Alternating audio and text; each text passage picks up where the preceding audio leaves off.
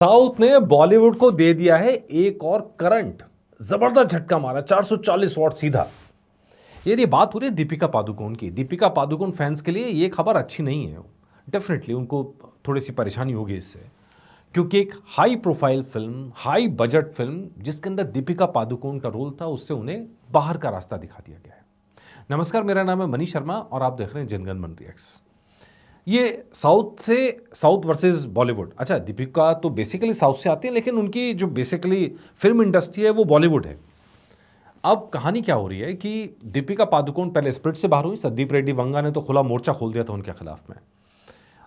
तब लगा यार चलो कि एक एक डायरेक्टर है, उसके साथ कोई दिक्कत हो रही है तो समझ में आता है, कई बार क्रिएटिव डिफरेंसेस होते हैं। लेकिन वैजंती मूवीज जो प्रोडक्शन हाउस है, उन्होंने भी अब दीपिका पादुकोण को बाहर का रास्ता दिखा दिया है। और फिल्म भी कौन सी है? सीक्वल फिल्म, कल की 2898 एडी का जो सीक्वल आने वाला है उसमें से। मतलब आप देखेंगे लास्ट में तो दीपिका पे ही खत्म हुआ था ना। मतलब अगली फिल्म में तो दीपिका का रोल और बड़ा था। SUMAT यही नाम था, सुमति। और सुमति तो अब कल्कि की माँ बनने वाली थी, सबसे बड़ा रोल उनका था। पिछली बार जब फिल्म रिलीज़ हो रही थी तब शायद दीपिका प्रेग्नेंट थी, और उसी प्रेगनेंसी के दौरान उन्होंने वो शूट वूट भी किए थे। लेकिन अब बात आई कि भाई इस फिल्म में जब बेबी की माँ बनी, दुआ बच्चे का नाम है, तो उसके बाद आया कि अभी कुछ दिक्कतें हैं, और दिक्कतों के बाद में तो कल के 2898 एडी की टीम ने कहा कि ठीक है चलो यार, ये समझ में आता है कि मदरहुड है, थोड़ा उनको आराम भी बनता है, डेट्स का भी इशू रहेगा, तो उन्होंने काम को थोड़ा आगे बढ़ा लिया। लेकिन अब एक साल बाद में उन्हें दीपिका पादुकोण को फिल्म से बाहर का रास्ता दिखाना पड़ा। और ये बहुत हैरत अंगेज बात इसलिए है क्योंकि ये नॉर्मल नहीं है। इतने हाई प्रोफाइल बजट की फिल्म, जिसमें जो प्रोड्यूसर्स हैं, डायरेक्टर हैं, फ्रॉम डे वन दीपिका को लेके चलना चाहते हैं। पार्ट वन में उन्होंने दीपिका को साथ में काम किया है, पार्ट टू में उनका बहुत बड़ा रोल था, और ऐसे में कमिटमेंट का इशू यहाँ पर आता है। इसलिए जो उन्होंने ट्वीट किया है उसके अंदर ये शब्द स्पेसिफिकली रखा है, कमिटमेंट शब्द को। ये बात को हाईलाइट किया, कमिटमेंट शब्द को, कि भाई कमिटमेंट होना चाहिए, लॉन्ग टर्म का कमिटमेंट होना चाहिए। वो कमिटमेंट लग रहा है दीपिका पादुकोण दे नहीं पा रही। पहले स्प्रिट के अंदर हुआ, उन्होंने 8 घंटे की शिफ्ट का सवाल उठाया। अब यार मतलब एक चीज़ समझना थोड़ा मुश्किल है। जो साउथ के एक्ट्रेस हैं, 2 करोड़ 3 करोड़ की उनकी नॉर्मली फ़ीस रहती है फिल्म के अंदर, बहुत ज़्यादा फीस होती नहीं, और वो पूरा टाइम डिवोट करती हैं फिल्म को लेकर। लेकिन जहां बात होती है बॉलीवुड की, तो दीपिका पादुकोण इस समय highest paid actor female lead के अंदर आप कह सकते हैं। 15 से 30 करोड़ है, कई फिल्मों के अंदर तो प्रॉफिट भी लेती हैं। इन सब के बाद भी अगर कमिटमेंट का इशू आए तो भाई ये सीधा सीधा पर्सन की बात आ जाती है, और पर्सन से ज़्यादा एक कल्चर की बात आ जाती है, बॉलीवुड कल्चर की बात आ जाती है।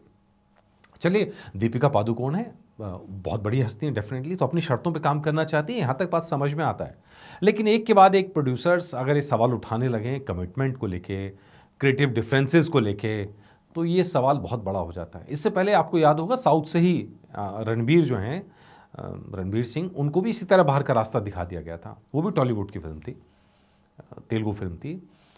ये मतलब दोनों कपल के साथ जब ऐसा हो रहा है तो कहीं ना कहीं एक कल्चर का इशू, एक एक फैमिली के अंदर जिस तरह की चीज़ें हैं उसका इशू यहाँ पर उठता ही उठता है, और ये सवाल उठता है बॉलीवुड के ऊपर। साउथ में जब बात होती है, कमिटमेंट्स की बात होती है, तो डेफिनेटली वहाँ पर एक्टर्स ज़्यादा कमिट होते हैं अपने काम को लेके, और जिस तरह का माहौल सेट पे देखने को मिलता है वो बहुत डिफरेंट होता है बजाय बॉलीवुड के। बॉलीवुड में स्टारडम इतना ज़्यादा हावी हो चुका है, इतना ज़्यादा हावी हो चुका है, स्टार्स की फीस इतनी ज़्यादा हो चुकी है कि यार कम बजट पे फिल्म बनाना पॉसिबल ही नहीं रहा है। मतलब हाई, अब ये सवाल उठा रहे हैं खुद RGV, सवाल उठा रहे हैं राम गोपाल वर्मा, सवाल उठा रहे हैं, और भी प्रोड्यूसर सवाल उठा रहे हैं कि यार साउथ के अंदर इतने सस्ते एनिमेशन बन जाते हैं। हनुमान फिल्म के अंदर बना, मिराई फिल्म में बना, ये बाकी लोग ऐसा क्यों नहीं बना पाते? ये मतलब करोड़ों रुपया एनिमेशन के ऊपर ही कैसे लग जाता है, करोड़ों रुपया प्रमोशन के ऊपर ही कैसे लग जाता है? ये सवाल उठा रहे हैं, बहुत जायज़ सवाल भी बनता है यहाँ पे।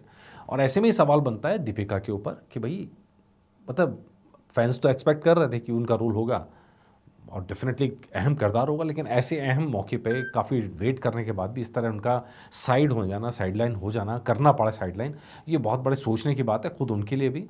क्योंकि इंडस्ट्री कहीं ना कहीं एक मीनिंग और एक मैसेज से चलती है। अगर आपके काम को लेके बाकी लोगों की तरफ से मैसेज जा रहा है, और दो दो डायरेक्टर और 2 प्रोड्यूसर्स वगैरह आपके ऑलरेडी सामने आ चुके हैं, तो उनके लिए आगे काम करना उतना ही मुश्किल होता जाएगा। ठीक है, अभी कुछ फिल्में हाथ में हैं, लेकिन लॉन्ग रन में फिल्में कितनी हाथ में रहेंगी, ये सवाल बहुत बड़ा बनता है।